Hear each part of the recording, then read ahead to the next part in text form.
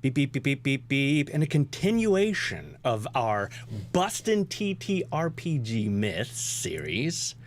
Evan and I are going to show y'all how incredibly easy it is to get started with character creation using D&D Beyond in today's episode of The Pocket Dimension Live. Through hidden hollows, where the boundaries between reality and fantasy shift, a portal is opening. Enter the Pocket Dimension. Here we explore neurodivergence. Welcome to ADHD 20, where we find the intersection between ADHD and TTRPG. Create mysteries and adventures. The sleepy, idyllic town of Mistress Glen is home to a predator. A beast that walks the outskirts.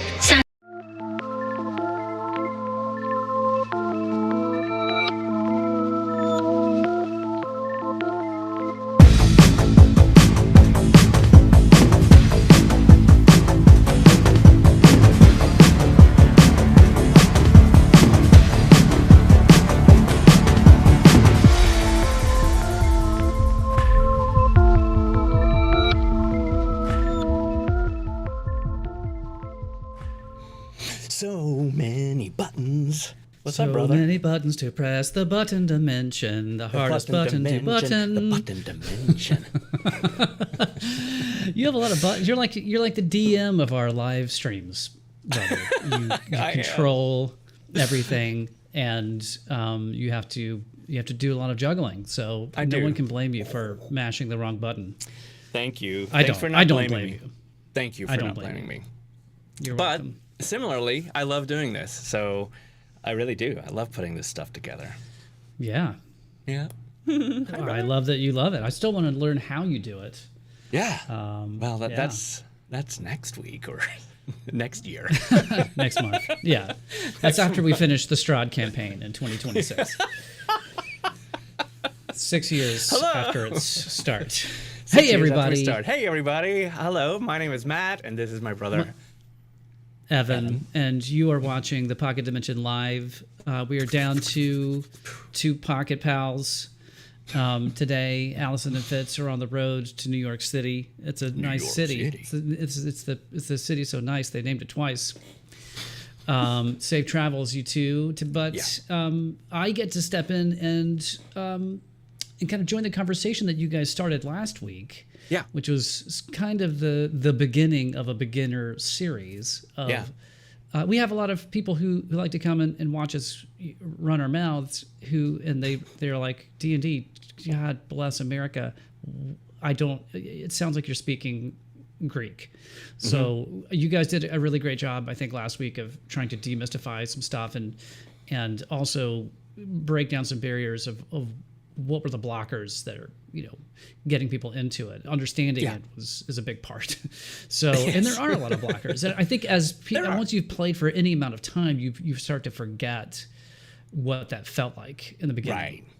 The pieces. So we thought today, what we thought we'd do is say, okay, now you guys did a great job of talking about some of that. Myths.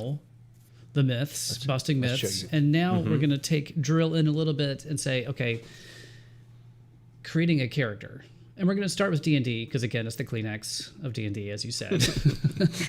And that kind of sounds like shade, but it's not. No. Kleenex is a fantastic product. No, Everyone loves y'all know what I Kleenex. mean when I say that, right? It's the Coca-Cola of soft drinks. If you're Southerner, a Southerner, you don't exactly. You don't say pop or soda. You say, "What would you like to drink?" I'll have a Coke. Yeah, it's the Coke. Yeah, and you mean Dr. Pepper, but you're saying Dr. And your waitress has to what Yeah, what are you talking about? What you talking about? So since it is the big cat on the mountain.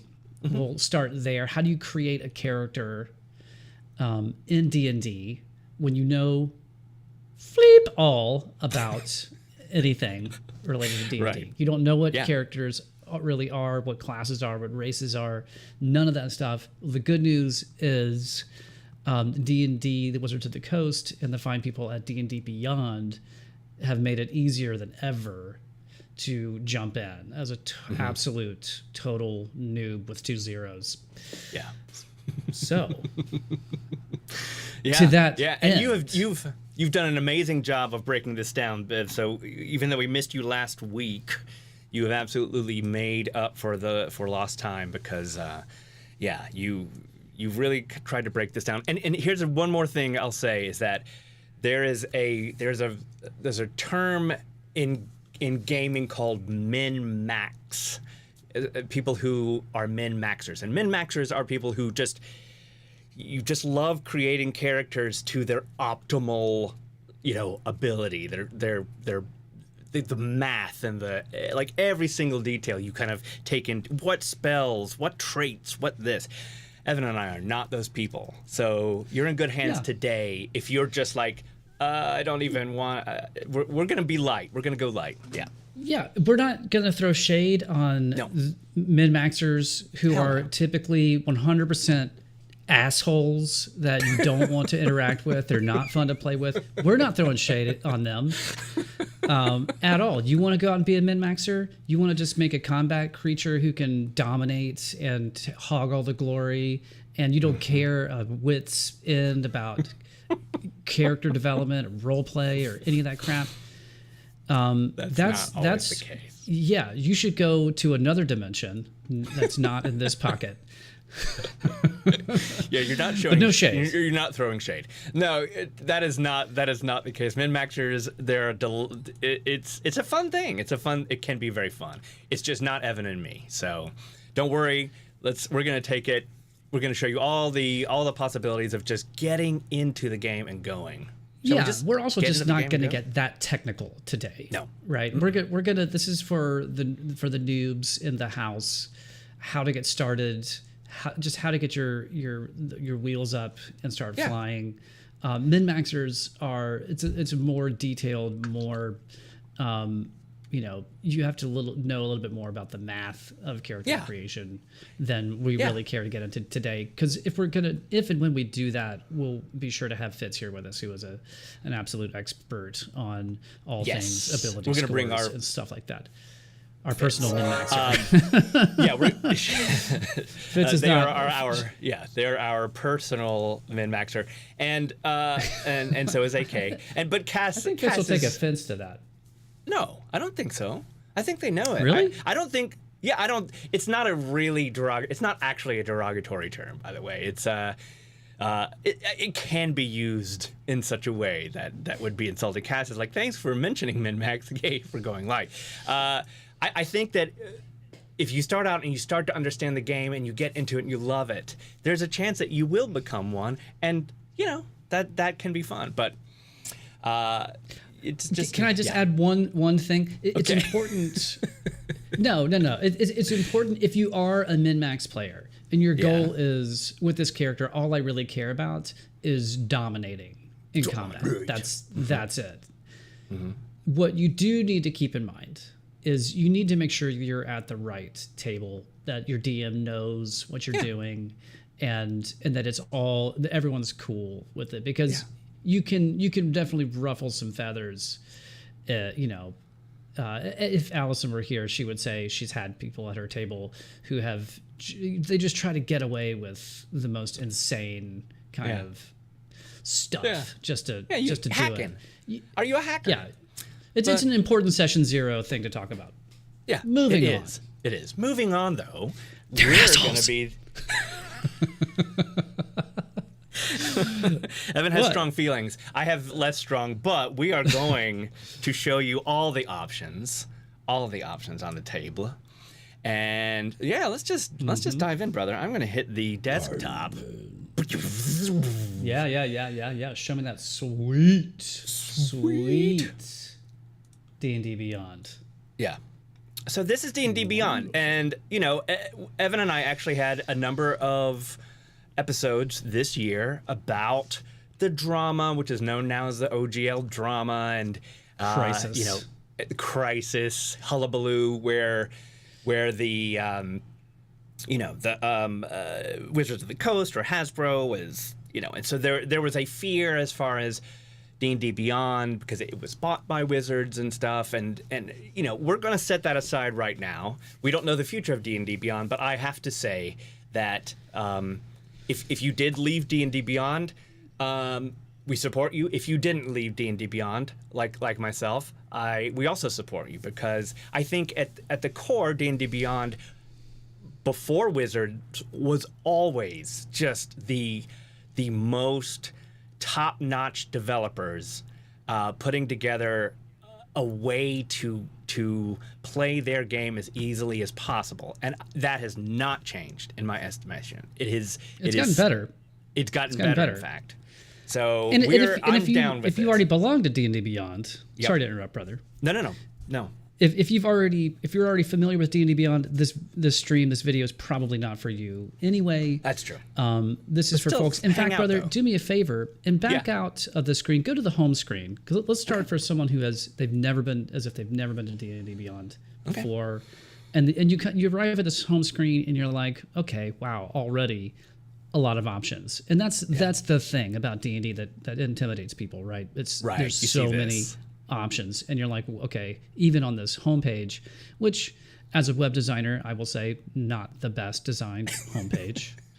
I see lots of room for improvement here. But a place where you're going to start is fairly obvious. It's one of the first things, we all read in the Western world, left to right. Oh yeah, so Matt there at the bottom of the screen, or if you scroll back up to the top, one of the first things you see is on the left there, create a character. And that is where we're going to go. So That's where we're going. yeah, and so you're immediately presented with 4 different options, and we're going to go through them all as quickly as we can today. Standard. I should do this along because I can't really see. So let me bring it up myself. I can maybe even make it bigger if that helps you all. Make the logo bigger. Yeah. So standard. This is just there's the standard creation method, the pre-made character creation method, a quick build, or a random build. Yeah. And brother, I don't know how you feel about it, but I think as the order in which we should do these, that makes sense, would be, let's look at the pre-made first, assuming that we're talking to someone who doesn't even really know what a character can be. Yeah. And then maybe quick build, random builds, and then we'll get into the standard. Right. What do you think? I love that, because I admitted to Evan today, I have never even seen the pre-made. I've never clicked on this button. It's a relatively new offering that D&D Beyond is giving to people, and I think it's brilliant. I really do. So I would love to start there. Shall we? Click this button. Click that button. Clicking the button. The hardest button. Did you click to the right button this time? I did. So I actually hadn't. Sorry, I didn't mean for that to was be true. a zing. No, it was. It was justified. I hadn't actually clicked on this button until this morning, and I feel like this must be a relatively new addition. I think it's probably been around for months now, but it's D&D Beyond's been around for a few years. This is relatively new, and the first thing that struck me for people who are total noobs is that it gives you the chance to visualize what a character might look like. Because if you don't know anything about D&D at all, you're like, okay, well, what are even the possibilities? What would they look like? What would they be like? And you just can get easily overwhelmed. Plus, I thought it was cool. Like it gives you a few different races and a handful of classes. Not every combination, but kind of the most popular ones. Pretty much anybody can close your eyes and visualize what an elf looks like. Either you've seen elves at Christmas time, you've seen Keebler elves, maybe you've seen Lord of the Rings, and in which case, if you've seen Lord of the Rings, then maybe dwarves and orcs and goblins and stuff. You've got an idea of what those things might look like. Basics. But if I said the word tiefling to a total neophyte, they'd be like, what's that? So this immediately, for me, I don't know about you, I just thought, okay, this at least gives you an idea of what some of these things even look like in this universe. Yeah. But it goes beyond that.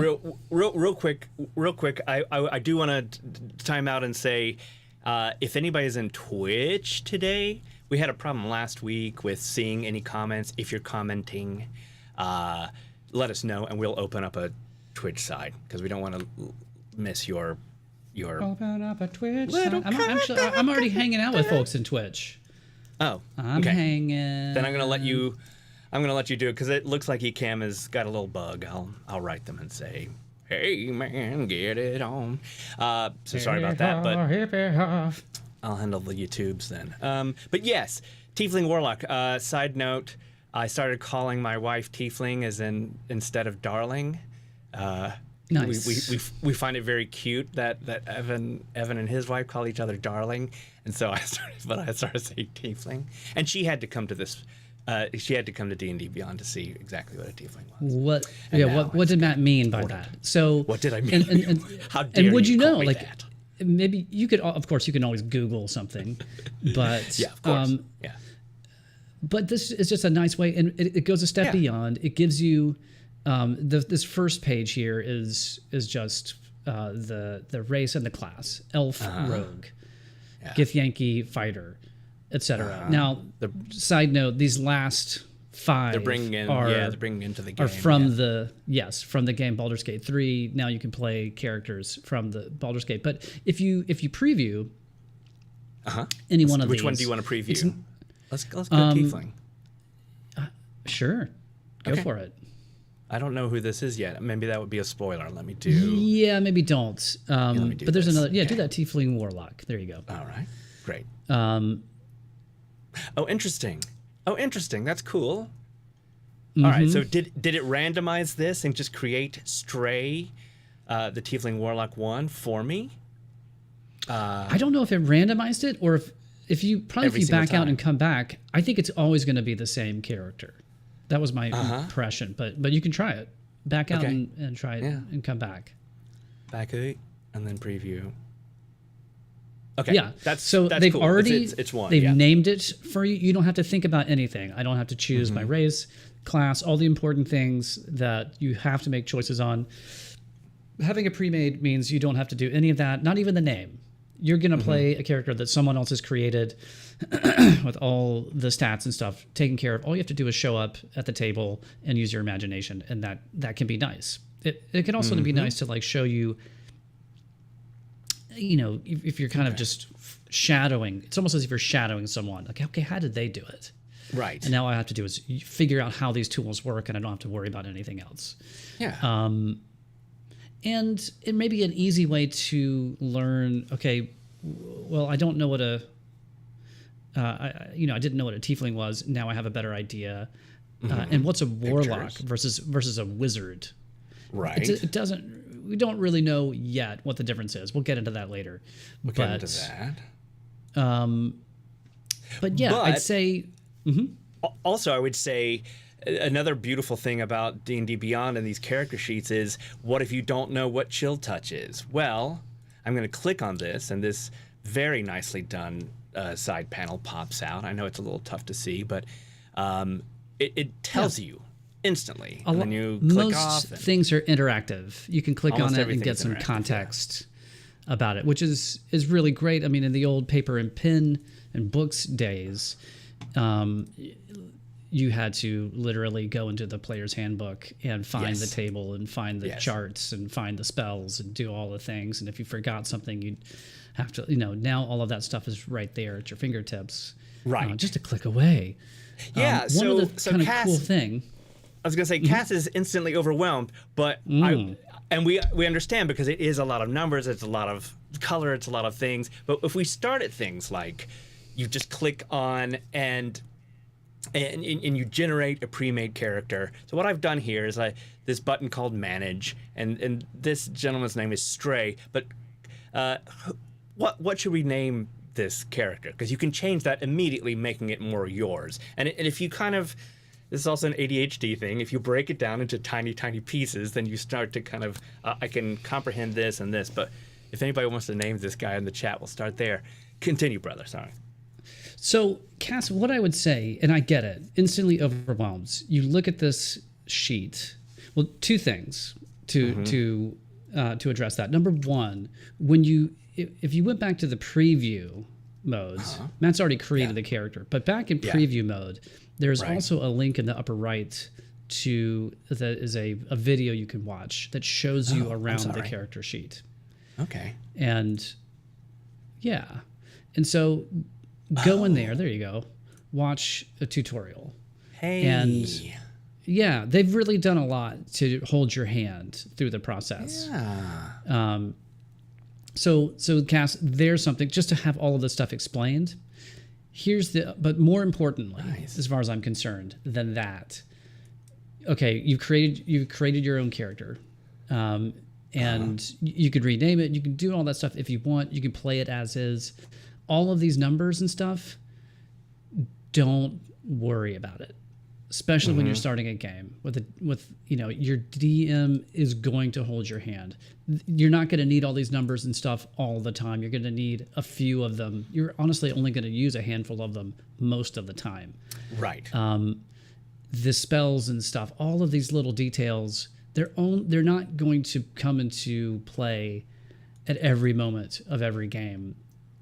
You're going to be able to figure it out as you go along, and it's always safe to ask questions, either from the other experienced players with you, or your DM should always know what's going on and can tell you what's up. But I totally get that. Looking at this, you're like, okay, what? Don't worry about it. It's not important. It's really not important. Later on, we're gonna get into what some of this stuff actually is and what it means. But for now, just know all you need to start playing is this. Yeah. Click that button. This is it. Pre-made. This is it. Now I'm ready. I've got a character. Great. You're done. And then you find, we touched on last week how over and over and over how important it was to find the right people. And those right people don't have to be people that know how to play the game. There's one person. Seriously though, there's one person that has to know how to play the game, and that's the game master. And that person is, as we mentioned, much harder to find generally, but when you do find them, then you as a player, at least right at the beginning, you don't need to know what these numbers are as much, because a great dungeon master is going to say, just click on this, or click on that, or give me this, or roll this and add this number. And especially with D&D Beyond, you've got this. So you've got, if you're a dungeon master like myself, you've got this whole section called campaigns up here. And that allows me to take this character that you've created, again, for free, take the character and put it into a group. And so if every one of your friends also just clicks the picture that they like, it's that easy, just the picture that you want, and clicks on that, and you're left with a link, which is... I can't remember where the link is exactly. Oh, the link as in the actual URL. You just give that link to your game master, your dungeon master, and they're going to put it all together. And so he or she or they can see all of your stats. They know who you are and what you're doing and what you would need to roll. And that's going to, again, take just an enormous chunk of you don't have to worry about it. You don't. Yeah. You do. Yes. And again, please, anybody who disagrees with me in the channel, in the know, or if we're missing any kind of like super simple starter, just speak up. Don't be shy. But yeah, if you do, that's it. One last thing before we move on, that could be helpful, is in terms of, so you've created the character sheet, you're playing a pre-gen character. But you still want to know a little bit about who they are or who you'd like them to be. Now you can just, again, you can play it as it's made for you and just kind of practice getting into that. And there's a little tab over here that says, where's the notes? Notes here. And most of these pre-made characters have at least some kind of backstory to tell you a little bit about them. And that way, it'll tell you like, okay, this is a warlock, and they have these, they value these things, they don't value those things. It'll just give you a place to start your imagination going, and then you just take it from there. and just make stuff up. But I thought that was just another nice little feature that all of these things are just made to get you started. So right. And you can add to that and change, because Happy also loves apples, especially Honeycrisp, right? And apples. This is how you're building your backstory, and that's all fun. That's the fun part of this. That's when you start to get into, like what. I mean, at the very least, you could say, who is my favorite TV character? Don Draper from Mad Men, let's say. Maybe that's who Happy is, right? And so what would you do to kind of think about Happy, who is a tiefling? What would you do to think about this guy as being, he looks a tiny bit like John Hamm. He's handsome. And so you can play that way. You can do it. You can kind of do it. And so as Evan pointed out, these description and these notes are some very nice ways that you don't have to know anything about dice or rolls. You don't have to bring anything to the table, literally, at all. You just come in, get to know it, and get going. Now, let's get into stuff that's a little bit more, getting more involved. Right. Let me go back and back and back. All right, so we're gonna leave the pre-mades. So let's say you've made a pre-made and you've played a game with a lovely dungeon master, and you're like, I kind of like this. And then maybe that's a one shot just to test it out. So you don't have to play after the first hit is free, right? But you play and you're like, that's really fun. And either you play another one shot with the same friends or a new group or something, and then you get so inspired that your dungeon master says, "Hey, how about a campaign? Let's have a few sessions together, right?" So I want to have a character that is even more yours. Where would you go next, Biv? I'd say let's try the quick build. And this isn't necessarily, I don't think D&D Beyond made this strictly for beginners, because there are other use cases. Say you're going to drop into you're an experienced player, but you're going to need to drop into a one shot, and you only have a second to pull together a new character. So you could just do a quick build and have it kind of bang it out for you without having to go and make all the choices yourself. But for beginners, it's a way to do something a little bit more involved, a little bit more choices than the pre-made, a little bit more custom. And so you'll see immediately, like here, there's probably stuff on the screen where you're like, what the hell is that? I've heard of a centaur because I saw Harry Potter. Okay, I get that. I saw that horrible movie, Changeling, with what's her in face. It's really depressing. But what is an Eladrin? What is a Genasi? What's a Furball? I have gnomes in my front yard. I've got it. Yeah, I've seen a garden gnome before. So some of the stuff you're going to recognize, some of it you're not, and that's okay. You can either, probably the best bet if you're a newbie is just go for the thing that you recognize, right? Or go for the thing that kind of looks cool to you. Let me pause real quick and put this up here. Our friend Seth, a professional dungeon master, again, speaking of finding the right person, says characters in pop culture are excellent inspiration for character creation. Don't ever be afraid to rip off something that you love. And that is 100% true. And you're still able to do that here. I think in the quick build, it'll be even easier. Let's say you really do have a garden gnome and you love the concept of gnomes. Well, but you also love the concept of Don Draper. So you can here then choose your Don Draper character to be a gnome. So we can do that, right? So you just kind of go down here and you pick gnome. Now, of course, there's 4 options past that, but let's see. Rock gnome. It doesn't really matter too much, but let's say rock gnome. Let's just say rock gnome. So I think John Hamm would appreciate that. I do too. Yeah. So all right. So you've got rock gnome, and you kind of have the idea this is going to be Don Draper. as a Garden Rock gnome. And then you get into class. Now, class is going to be basically your job, right? Like that's your profession. What you're good at as an adventurer, and that's pretty easy to understand. Like you've even if you don't understand what these are, some of them are obvious. Fighter, right? That's easy. Monk, sure. If you've seen Lord of the Rings, you know probably what a ranger is. A rogue. And then you've got 3 magic-y sounding people. So you can again, yes, you can learn in, whoops, So one thing though about this is the quick build, you do kind of want to know a little bit because they're not going to hold your hand quite as much. They're not going to, at this phase, they're not going to tell you what an artificer is, right?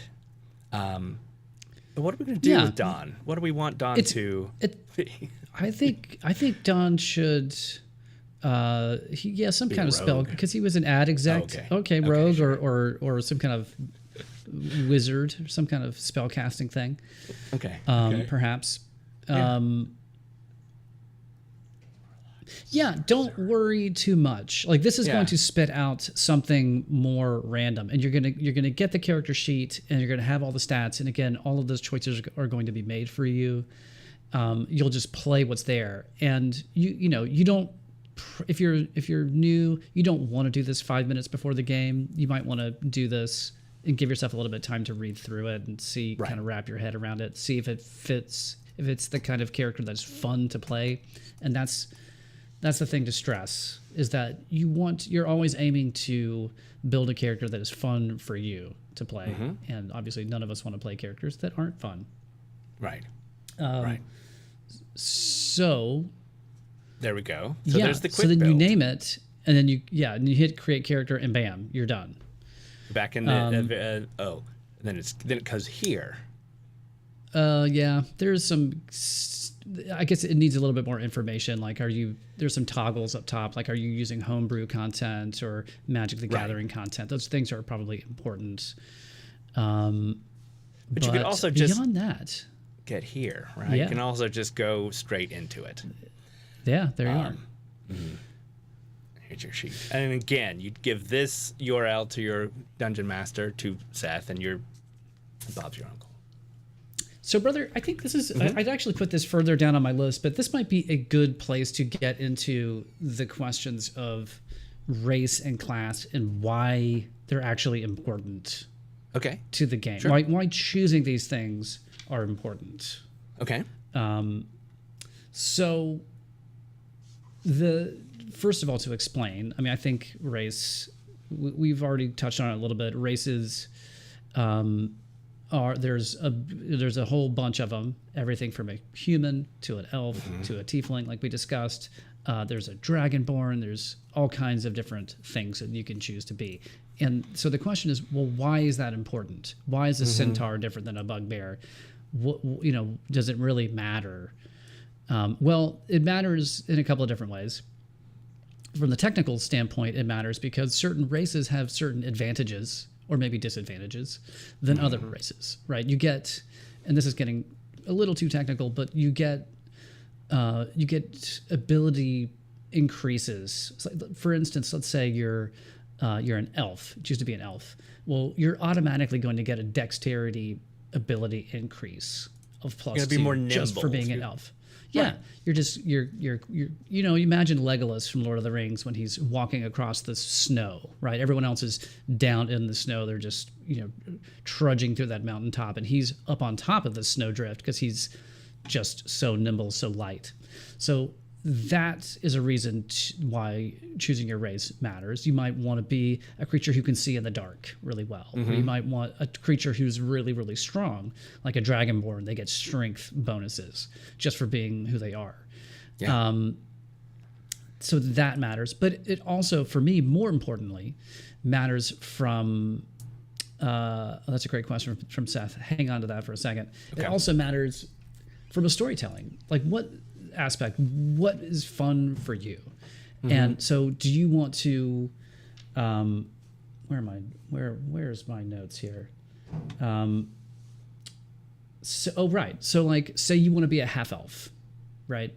You're part human, part elf, and what does that mean for your character beyond the technical, the bonuses and the stuff?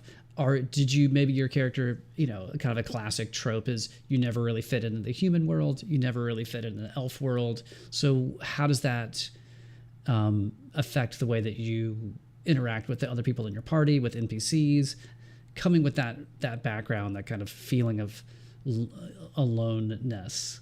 So those are some other things. Or you're a dragonborn, right? And you're this big, amazing, regal-looking creature who's used to getting stared at all the time, and pride, and you just don't give a damn, right? You're just proud and you own it. Whatever it is, the race of your character both defines the technical part and how you want to play it and what's fun for you. Does that make sense? And it really does. And what you're touching on is something really interesting, I think, as far as the psychology of a higher, a crunchier rules game like Dungeons and Dragons, with lots of little rules, lots of numbers, lots of options, versus what they call the rules light, which we talked about last week. Both of them have pros and cons, but Evan's just kind of speaking to the point of how playing a crunchier game with lots of rules can be very helpful to a beginner too, in that there aren't, there are lots of options, but there aren't endless options. So Evan's really speaking very, very well on the idea of a dragonborn or a half elf that may be, the race does impact your background, and you're immediately in that frame of mind, as opposed to a rules light game where you could probably be anything you want. And what does that mean? But D&D, because it has these like guardrails, can be really cool, because you have this built-in lore, this built-in ideas, and then you take it as a person where you want to go. Yeah, you do have to color within the lines to a certain extent. Right. Here. And people make it their own all the time, and they flavor it and they color it all these different ways, and that's one of the most beautiful parts of the game. But you're playing a tabaxi. A tabaxi is a cat creature, humanoid, and so like it is what it is. And I would say, to going back to Seth's question, any classes that you would recommend to not play, which is a really good question. And I mean, you know what I'm going to say.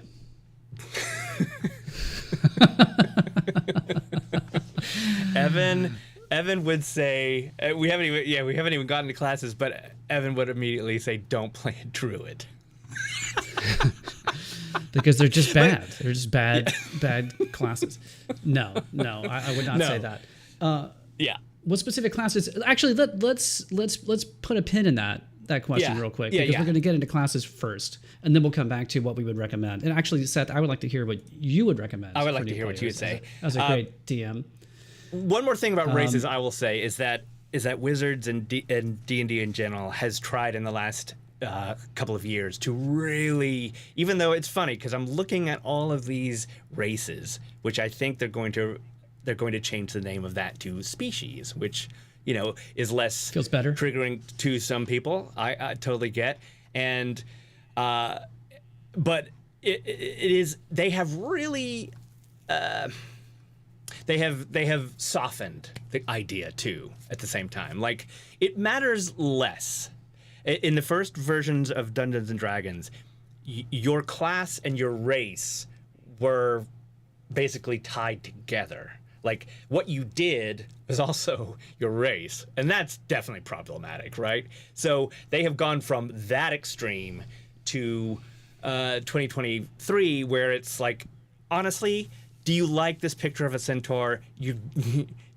The more important thing then is the class. And it's and as a centaur, even though you have feet of a horse, deer? What?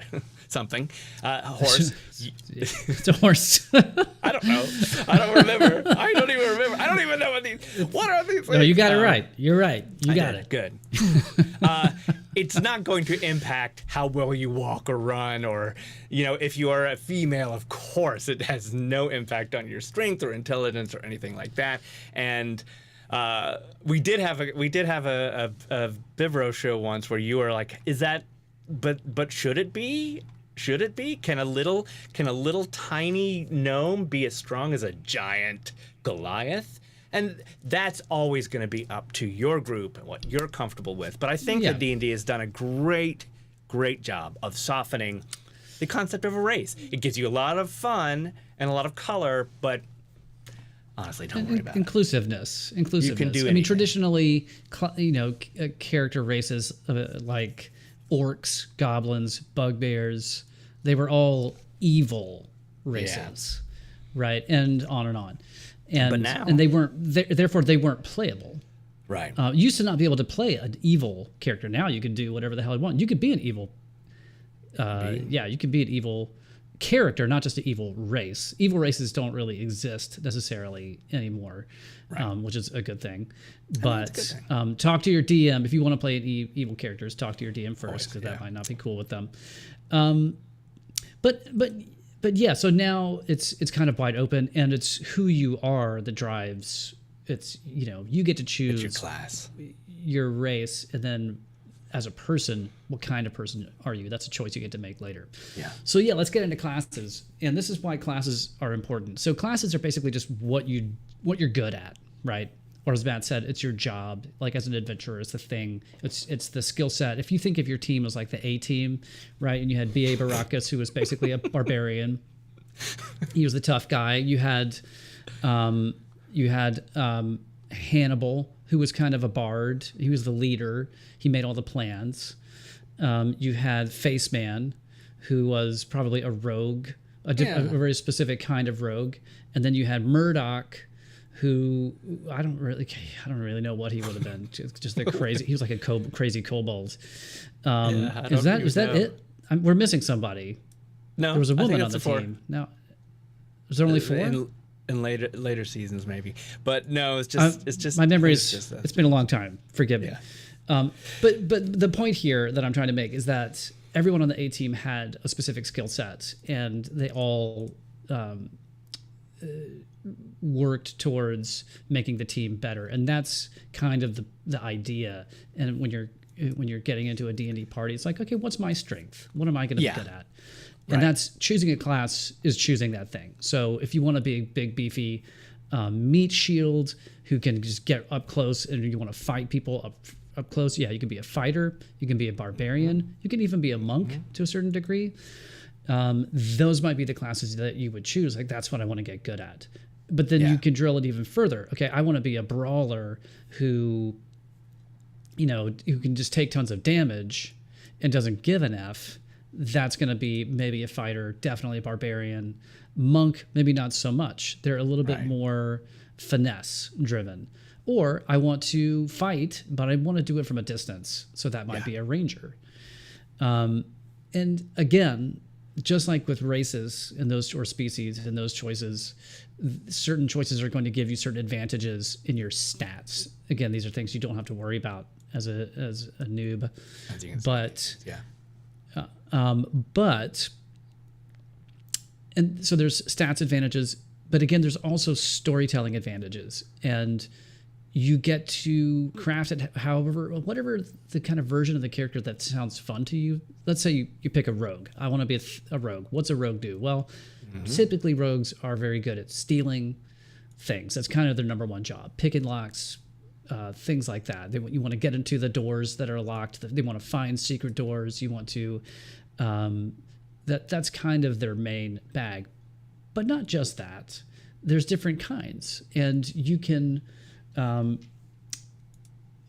be the kind of rogue that is like, are they an outcast? They grew up on the street learning to steal to survive, and that kind of drives the character that you want to play, right?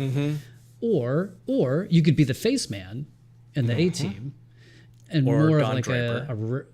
or the I see. I know I didn't ever really watch Mad Men, so I don't really get the Oh, okay. reference. Oh, sorry. I shouldn't have started with that. I mean, I think he's like a liar or something, but that's a different kind of rogue. One who's maybe your rogue came from nobility and they learn to steal and lie and manipulate because they're so bored with life at court that in kind of a Scarlet Pimpernelian way that is more fun for them than just being some noble. Yeah. There's And you there's did- all you different did it ways to again. flavor this. Yeah, you just did it again. Their tropes are tropes for a reason. Things that you love are things that you love for a reason, any reason. So if you don't have to make your character look like SpongeBob SquarePants, but if you want SpongeBob's concept in Dungeons and Dragons, I've never. What is watched SpongeBob's SpongeBob. concept? I have no idea. So someone tell me. What does he do? What's he good at? Tell us in the concept. Yeah, but there's something that drives SpongeBob. His history. Like if you love SpongeBob SquarePants, you can take that feeling. Again, you don't have to name your character SpongeBob, but you can kind of pull the rules out of the game and think of your character. I mean, I do that all the time. I have a character that is a cat man. That is, obviously Canada doesn't exist in the world, but he's basically like a Canadian farmer, Hoosier. And it's because I was watching a lot of a show called Letterkenny. Now, I didn't name this cat man from any of the characters, but, I loved the way that they speak, and I wanted him to have that kind of flavor and that feeling of just like, good old country Canadian farm cat man thing. And it's I did not know fun that you to would do base a Yeah. character on that. That's really funny. Yeah. So that's and again, right? Evan didn't know. Evan doesn't have to know. We're playing together because you're bringing your own thing, right? And you're building SpongeBob in the way that is fun for you. So Now, let me share one thing that the reason why this is important to me, and it's not important to everyone, but the thing that Matt and I loved about D&D when we were children, and I think I love it even more now. And if you have kids and they are D&D curious, you should absolutely encourage it because it's amazing for them to use their imagination, especially back when we were kids, because we didn't use minis, we didn't use maps. It was all theater of the mind, and you're just using your imagination. We used our GI Joes because to stand in as our characters, but we still used our imagination for just about everything, and it is so important as an adult. Many years later, I reconnecting with a sense of just pure play. And I this is important, I think, because it can be another aspect that may be intimidating to people of role playing. And the only thing that matters is what is fun for you, and what like which of these characters, as you're making these choices, feels like something you want to step into their skin and say things they might say things that you wouldn't say personally if that's what fun, or they're just like you, and that's also fun. Fun is the key. Playing is like truly just being a kid with it is the key as you make these choices. Now, let's pop. Seth had two great question and a statement. Let's actually start with the evil characters. He says evil characters are the bane of collaborative play in his experience as a DM. And I think you are not alone in that as a DM. I've heard our good friend Tay Alejandro say the same thing. It's really, really tricky. I don't think, if you're a noob player, you shouldn't be doing this anyway. You probably won't want to until you're more experienced. But just to comment on this, my take, brother, is that the thing about evil characters, if you choose to do that in a party full of good guys or neutral guys, you are at your core no but. You're going to no but everything. Yes. And that's just a scene killing, story killing device. It's really hard. Device, yeah. Mm-hmm. It really is. So Anyway, so now back to the question, Seth. Any specific classes you would recommend for new players? I know what my very first class was, brother. Do you remember what your very first class was? Very, very first. I mean, you were a DM first, Like when we so were maybe 10. Yeah. Yeah, I don't I don't know that you really got to play as much as I did as a kid. To be perfectly honest, I barely Maybe you played didn't. Dungeons and Dragons. I think I was always the dungeon master, always. So Yeah. I played a bunch of different characters, but I don't remember my first one. I really don't. Oh, yours. I was a paladin. Paladins existed back then, and for people who don't know what a paladin is a kind of it's a sort of a religious fighter. A fighter who has some divine powers. Not as many divine powers as a cleric, like a full-on person of faith would have, but they have access to spells and things that help make their... It's like, imagine someone from the Crusades, right? Who actually has magical powers. Right. And I had chosen the paladin. Paladins are usually aligned lawful good or lawful evil. You're kind of black or white. You believe Or in something chaotic really, evil. really hard.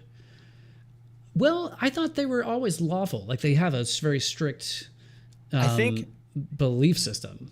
back in the day, it was lawful good. So, the idea of the pious religious fighter, or the anti-paladin, which was chaotic evil.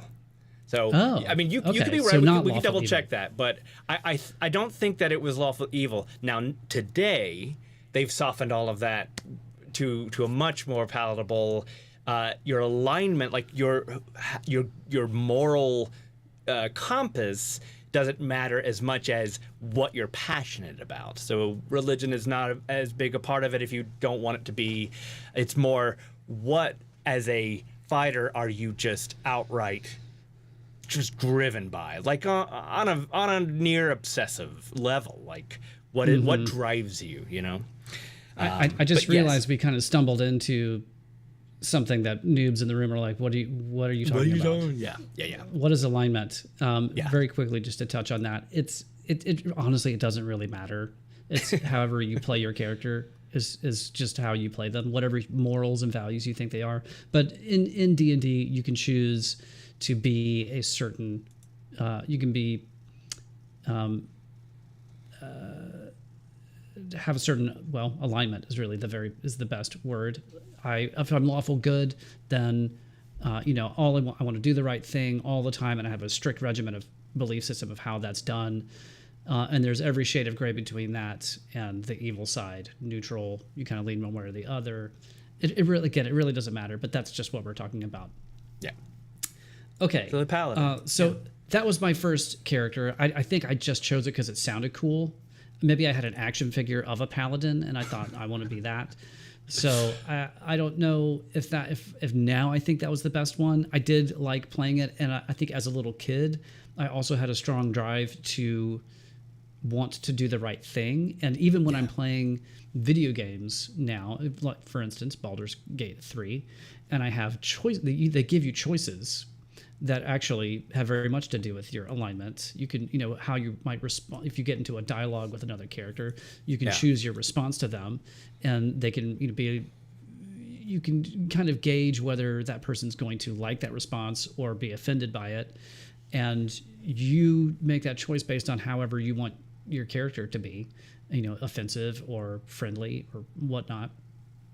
So now, back then, I have this kind of compulsion to want to do the right thing, to say the right thing, to not disappoint anybody.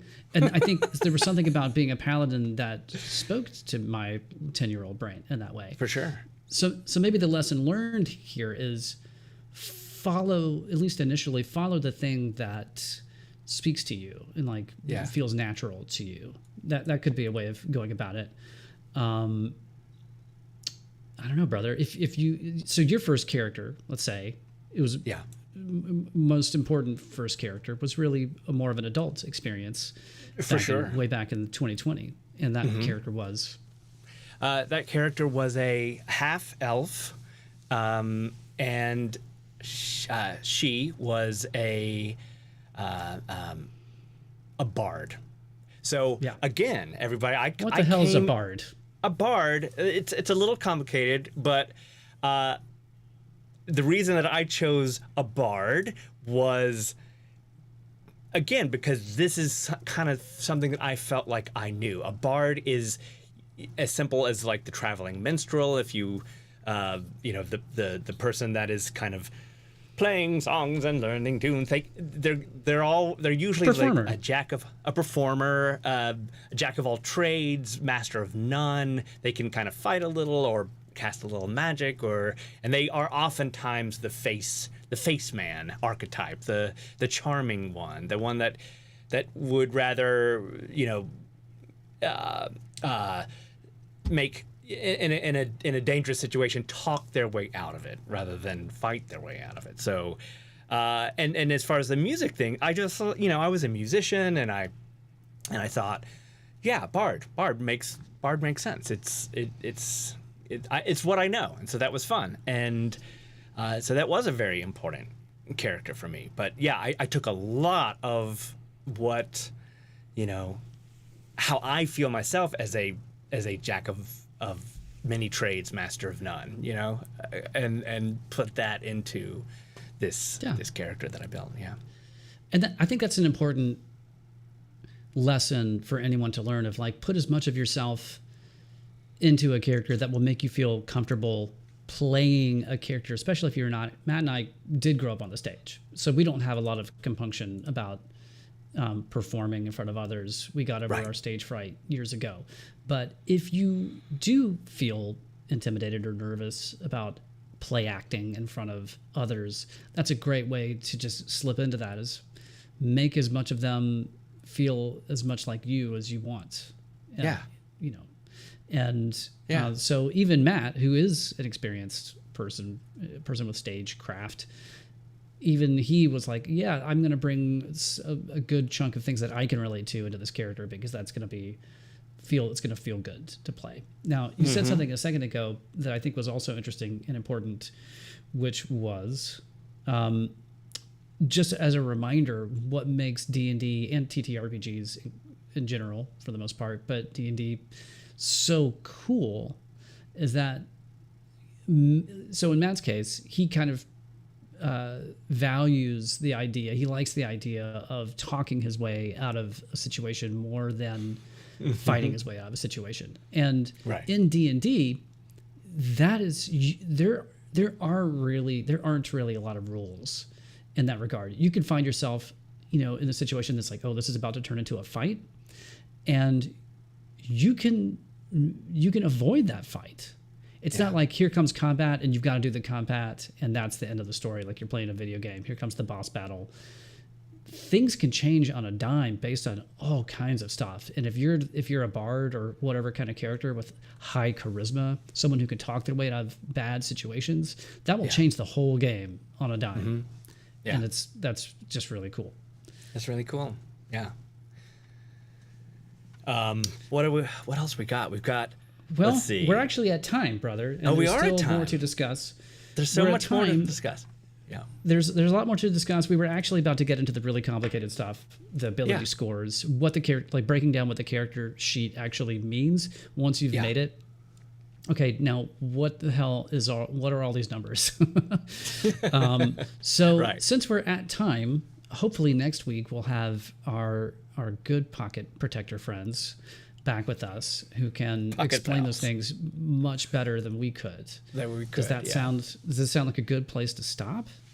I think so. I feel like at least Cass was appreciative in that we showed a way to get to this website, which, by the way, we didn't say enough. We're not sponsored by this company in any way, by D&D Beyond or anybody. But we accept their sponsorship if they offer it.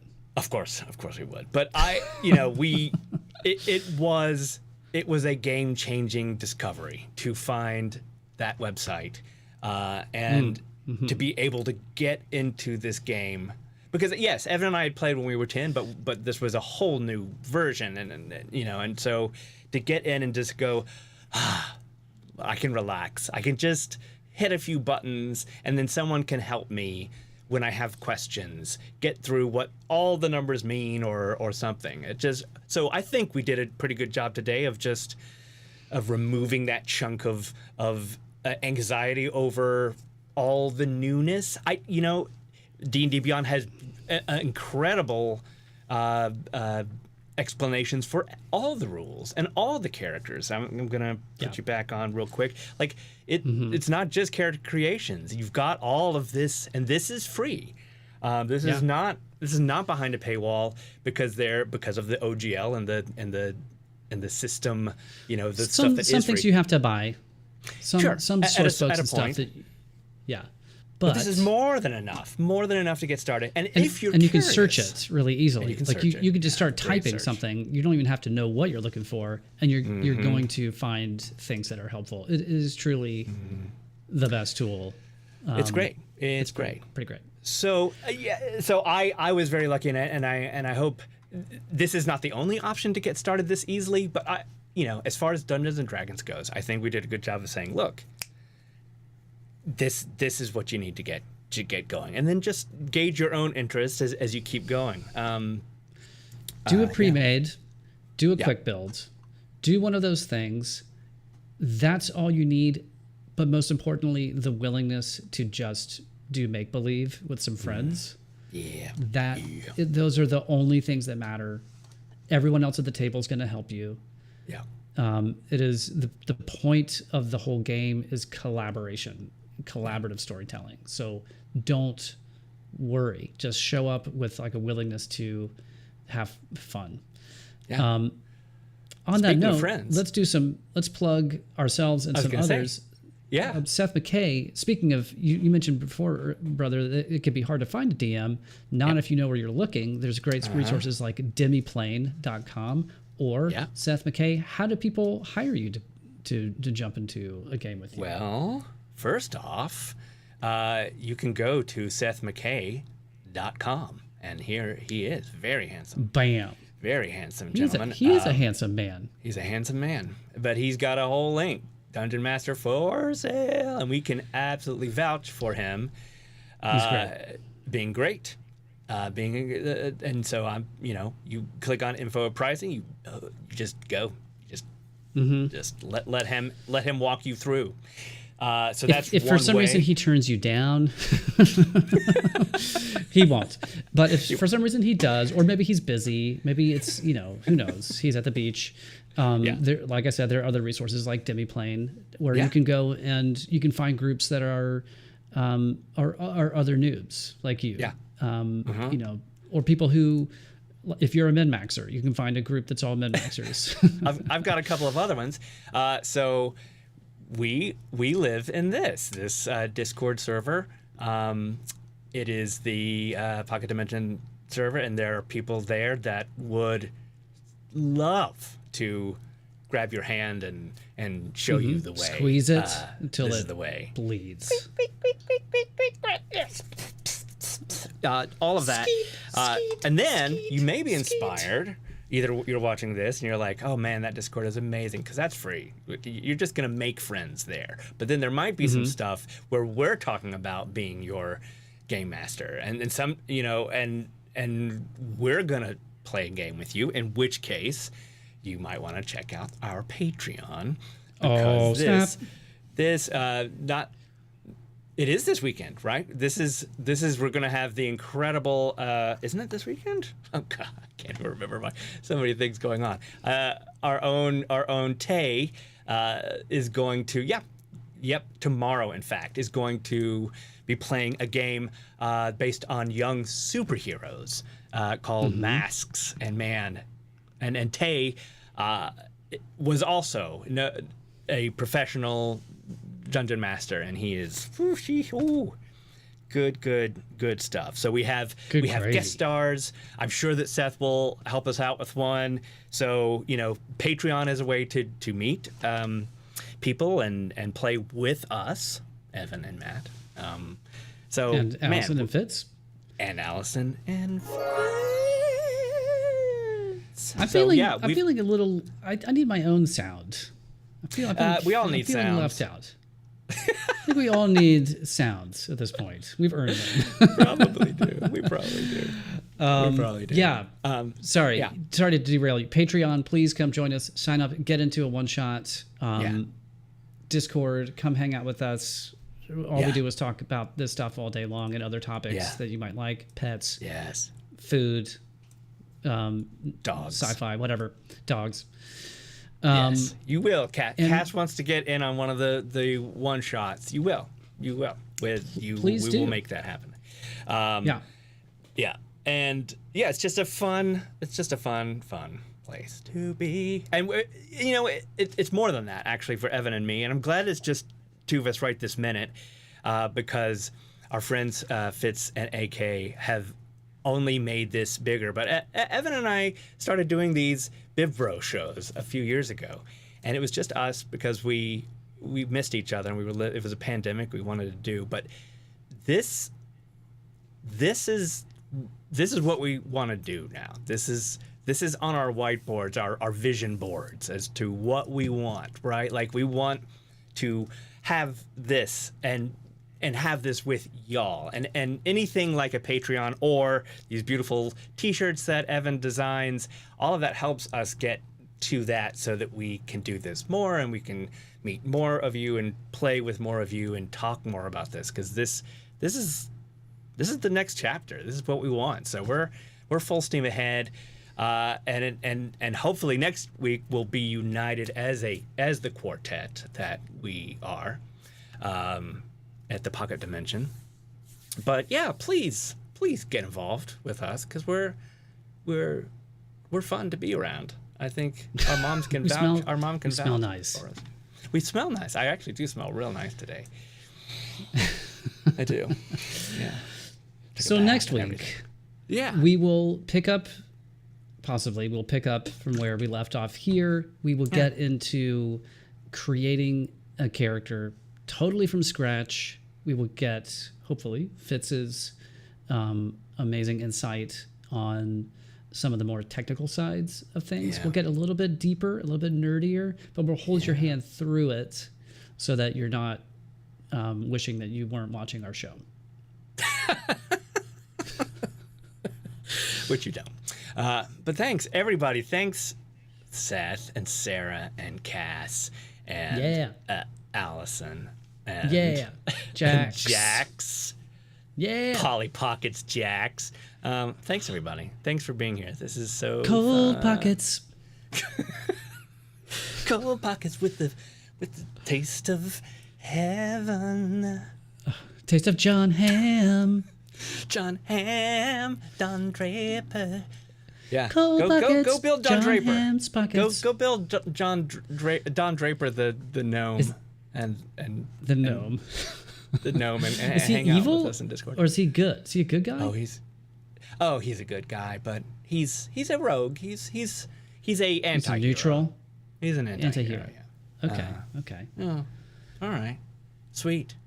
Well, thanks Yeah. everybody. Thank you, brother. Thanks for putting this together. Evan did a great job of getting people started. So until next week, everybody, we'll see you then.